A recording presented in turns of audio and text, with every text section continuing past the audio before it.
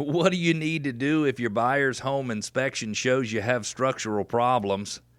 And are you worried that home values will fall in Metro Atlanta or throughout the United States? We're going to talk about those two subjects and more on this segment of Your Move Atlanta right here on AM 640, Atlanta's home to Fox News Radio. But first, this segment is brought to you by the law firm of O'Kelly and Sorahan. They're a full-service law firm with 21 offices throughout Metro Atlanta. They specialize in residential real estate closings, including home purchases, refinance closings, corporate relocation, and real estate contract review and title insurance matters. Their number is 770-497-1880. I talked to many buyers and sellers who feel they're treated like cattle when they go to a real estate closing. They're forced to sit in a waiting room. They're ushered into a room. They're told to sign a bunch of paperwork that's confusing and a little overwhelming, and then they're ushered right out. But that's not really what happens when people close with O'Kelly and Sorahan. They're treated like people.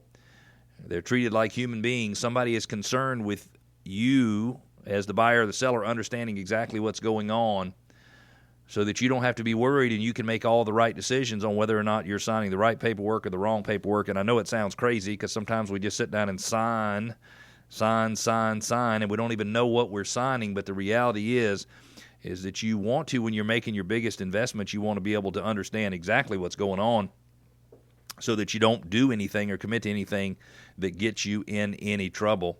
We've got a listener question, and this is from Alvin in Decatur. It says, our buyer's home inspection shows we have structural problems that need to be fixed. We don't want to do anything. How do you get out of it? Man, I can relate to that. If you're out there listening, nobody wants to be in the process of selling their home and have a buyer come to the table and try to take advantage of the situation by asking for some illegitimate items during the home inspection. We use a 4-step problem-solving system at Gaddis Group here at RE/MAX Center. My family's been in real estate for 33 years. We live, eat, breathe, and sleep real estate. We'd love nothing more than to help you make the best decisions. Most people who are listening to this radio show are adults, and most people who buy and sell homes are adults. In fact, all of them are, because I guess you have to be 18 to enter into a contract to buy a house. And so you don't need somebody to tell you what to do, but you definitely need somebody to help you think through situations when problems pop up. And I'm going to tell you, when Alvin in Decatur says, hey, I got my buyer's home inspection report and it shows we have structural problems that need to be fixed, but I don't want to do anything, and he wants to know how to get out of it, my question for Alvin is this: how do you know for sure you have structural problems? Because a home inspector is not a structural engineer. Typically, there are some out there who are structural engineers.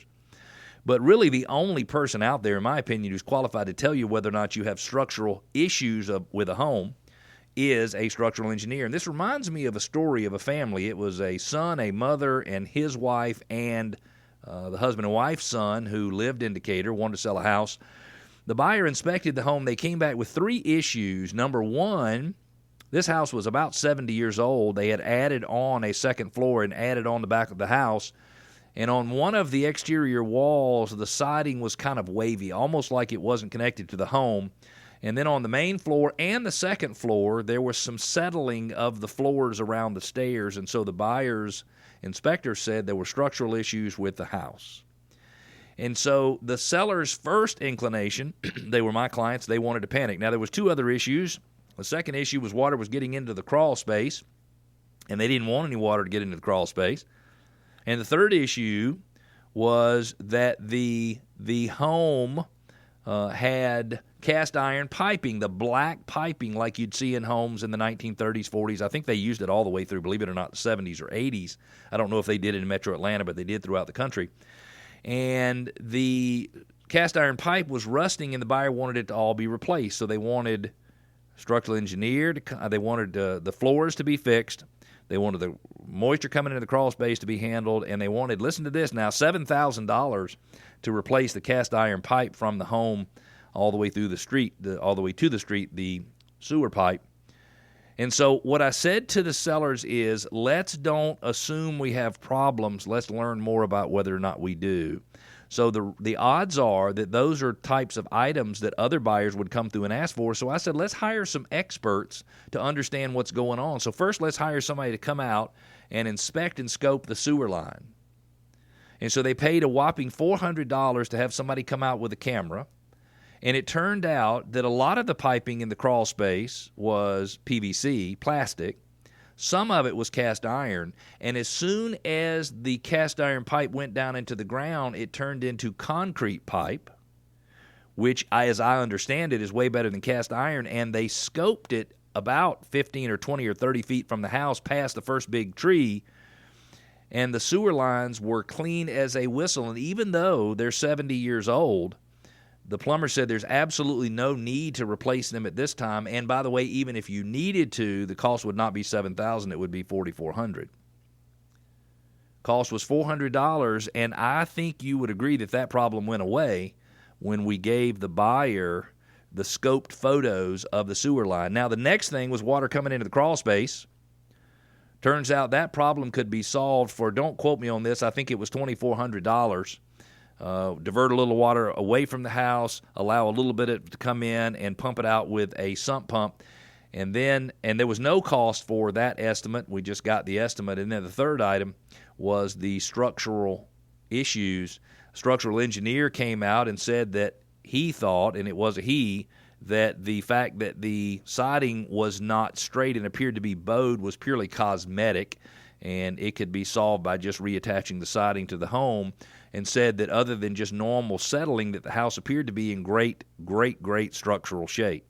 So when you have somebody come to the table and you're selling a home and they tell you that something is wrong, please ask yourself specifically, what problem am I dealing with? And in this case, after the seller did a little more investigating, they realized that the problem the buyer was asking them to solve was not actually the problem. So through their additional investigations, and yeah, they spent a little money. They spent $1,000, but they made what could have been $10,000 or $12,000 worth of problems almost go away.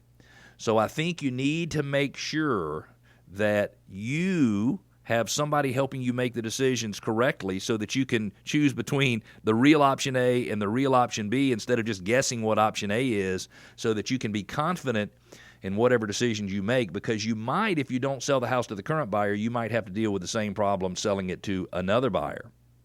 If you've just joined us, you're listening to Your Move Atlanta on AM 640, Atlanta's home to Fox News Radio. We're answering listener questions. Kim in Buford says she's worried about the price of homes falling this summer. Should she sell now?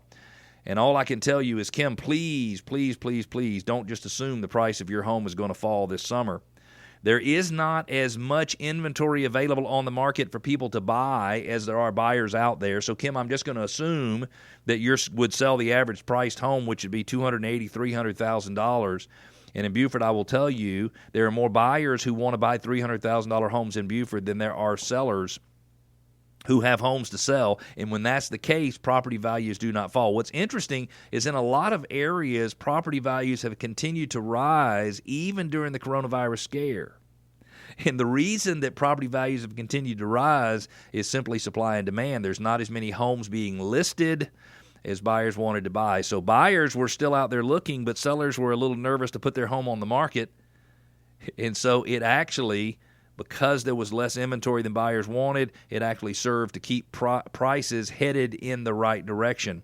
And so whatever your situation is, you don't have to guess whether or not prices are going to rise or fall. Anybody who is a real estate professional who understands how to analyze the market can tell you with fair certainty whether prices are going to continue to rise, stay the same, or fall, and it's all based on inventory. If you want us to analyze the inventory in your area so that you can be absolutely positive whether it makes sense to hold on to your home for another year or sell it today, just go to yourmoveatlanta.com, YOURMOVE Atlanta.com, and we'll hook you up with that information. If you are out there listening and you feel like your plans to sell or buy a home this summer were shut down, I mean literally shut off on March the 13th because of the coronavirus, I invite you to think again. My entire team is now Move Safe certified. That means we have special protocols in place to help you sell your home so you can move on with life and buy the perfect home for your family.